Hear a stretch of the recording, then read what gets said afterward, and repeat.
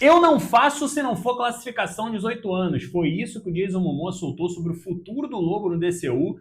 E se você acha que a DC vai amarelar, eu vou te provar que o James Gunn é o único louco capaz de fazer isso dar certo. Eu sou o Pedro e esse é o Abemos Nerd, porque aqui a gente não assiste no automático. Supergirl já estreou há uma semana e a gente já pode até dizer que o filme flopou. Aqui no canal a gente tem uma análise completa dele. Mas se tem uma coisa que o filme soube entregar foi o Lobo. Deu pra perceber a vibe que a DC tá tentando dar pra esse personagem, mas realmente num filme de classificação 14 anos é muito difícil a gente ver a violência raiz que o Lobo tem nos quadrinhos. O visual até que ficou legal, cabelo, voz, interpretação, mas realmente não dá pra gente ver o real potencial desse personagem por causa da classificação do filme que ele foi apresentado. Mas se você quer ver o Lobo raiz dos quadrinhos, segura essa entrevista que o Jason Momoa deu pro Collider no início do mês. Na entrevista ele falou o seguinte: se eles me quiserem, eu estarei lá. Mas se eu fizer um filme solo, eu não faço a não ser que seja classificação R. Lembrando que classificação R é o similar ao mais 18 aqui no Brasil. Fora essa entrevista e o filme da Supergirl, realmente a gente não tem nenhuma confirmação oficial sobre o futuro do Lobo no DCU ainda. Agora a pergunta é, a DC aceitaria uma exigência dessas? Olha, se fosse qualquer outro diretor, eu diria que não. Mas eu vou te provar nesse vídeo que o James Gunn é o único louco capaz de aceitar essa ideia e ainda fazer bonito, viu? E se a gente analisar o histórico do nosso homem da cabeça branca e o histórico do próprio público, dá pra gente ver que o Lobo não vai demorar muito pra voltar. Quer ver só o que o James Gunn é capaz de fazer? Antes de 2014, só quem conhecia os Guardiões da Galáxia era quem lia os quadrinhos da Marvel e nem nos quadrinhos eles eram tão populares assim.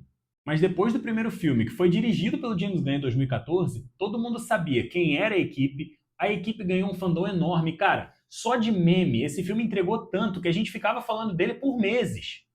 Fora a bilheteria de quase 2 bilhões e meio que os 3 filmes renderam para Marvel, e o terceiro filme saiu depois de Ultimato, aquela época que os filmes da Marvel deram sim uma caída de padrão. Os 3 filmes renderam uma trilogia sólida e fechadinha. Nem Homem de Ferro e Thor conseguiram manter uma trilogia tão fechada e tão boa do primeiro ao terceiro. Guardiões da Galáxia tem a fórmula James Gunn raiz, aquele tipo de filme que foge do padrão mocinho bandido e sabe o timing certo de entregar piada para uma hora fazer a gente rir e uma hora entregar ação. Ah, mas aí é só um filme, né? Não dá pra garantir que segura que tem mais. Quando o Esquadrão Suicida estreou lá em 2016, o filme foi um fiasco de crítica e até hoje eu não conheci uma pessoa que tenha falado bem dele. O filme foi tão fraco que quando eu comecei a assistir eu tinha que voltar algumas partes porque eu realmente dormi.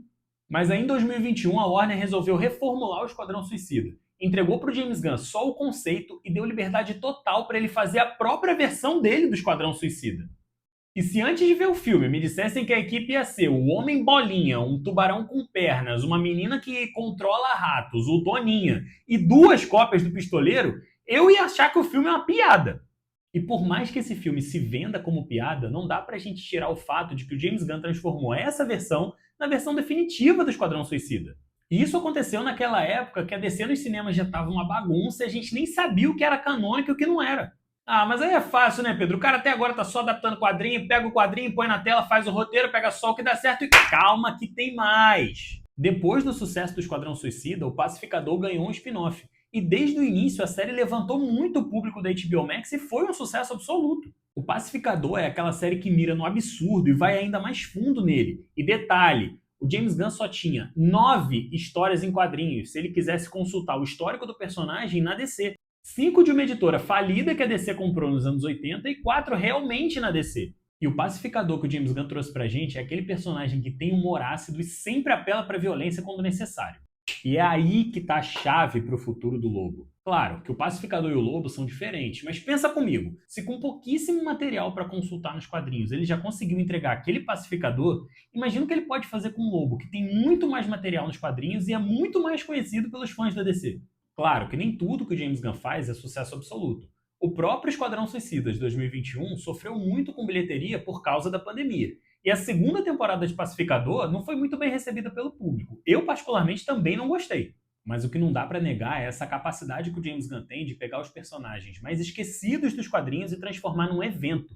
Guardiões da Galáxia e o Pacificador estão aí pra provar isso. E sabe o que mais deixa o futuro do Lobo promissor? O público, exatamente, eu e você. A gente cansou do herói perfeito, a gente quer o caos, e o lobo é o caos encarnado com uma moto espacial que explode qualquer coisa que ele tem vontade. Nos quadrinhos, o lobo foi capaz de matar o planeta inteiro, e no DCU isso também é um fato, porque foi mencionado em Supergirl. Ou seja, mais um sinal de que o James Gunn não vai suavizar em nada caso ele faça um projeto solo do lobo. De super-herói o cinema tá cheio, mas quando aparece um anti-herói querendo quebrar o padrão e ser um pouco desbocado, a gente já vira fã logo de cara. Quer uma prova disso? Olha o Deadpool na Marvel. O filme estourou do 1 ao 3 em bilheteria, mesmo com a troca de estúdio da Fox pra Disney. E outra, quando a Disney comprou a Fox, o único personagem dos X-Men que se salvou foi o Deadpool. E se o James Gunn acertar, o Lobo vai ocupar exatamente esse espaço no novo DCU. Esse universo começou não tem nem 2 anos, e se o James Gunn acertar o arco certo dos quadrinhos, isso tem tudo para dar certo. Nos quadrinhos, o Lobo já enfrentou o Superman. Agora imagina o David Corenswet e o Jason Momoa dividindo tela. Superman e o Lobo saindo na porrada. É tudo que a gente quer ver, gente. Agora, junta tudo isso numa produção mais 18, que foi a exigência do Momoa. Vale lembrar aqui a liberdade que o James Gunn dá para os atores dele. Inclusive, foi o próprio Jason Momoa que pediu para ser o Lobo quando o James Gunn assumiu o comando da DC. E essa liberdade que o James Gunn dá para os atores dele, dá pra gente sentir nos bastidores do Superman de 2025. A gente enxerga que o ator precisa sentir exatamente quem o personagem quer ser. Agora junta isso com o Momoa, que foi um cara que nasceu para ser o Lobo. E olha, eu nem faço questão disso, mas se o projeto solo do Lobo fosse conectar com a linha do tempo da nova Liga da Justiça, é bom que ele faça só aquelas passagens pontuais para dizer que o personagem está ali. Até porque a Liga da Justiça não vai ter uma classificação mais 18 se a gente olhar Supergirl e Superman. E depois do final da segunda temporada de Pacificador, a gente está precisando de um anti-herói no DCU. E esse anti-herói com certeza pode ser o Lobo.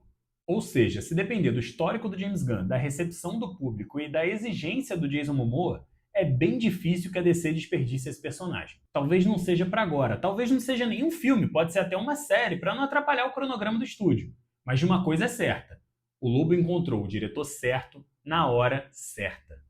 Mas e você? Me conta aqui nos comentários o que achou do Lobo até agora. Se for série, vai assistir? Jason Momoa tá bem de Lobo ou tava melhor de Aquaman? Solta o verbo aqui nos comentários. Se você gostou desse vídeo, já deixa o like, se inscreve no canal. Esse projeto está só começando e é muito importante a presença de todos vocês aqui.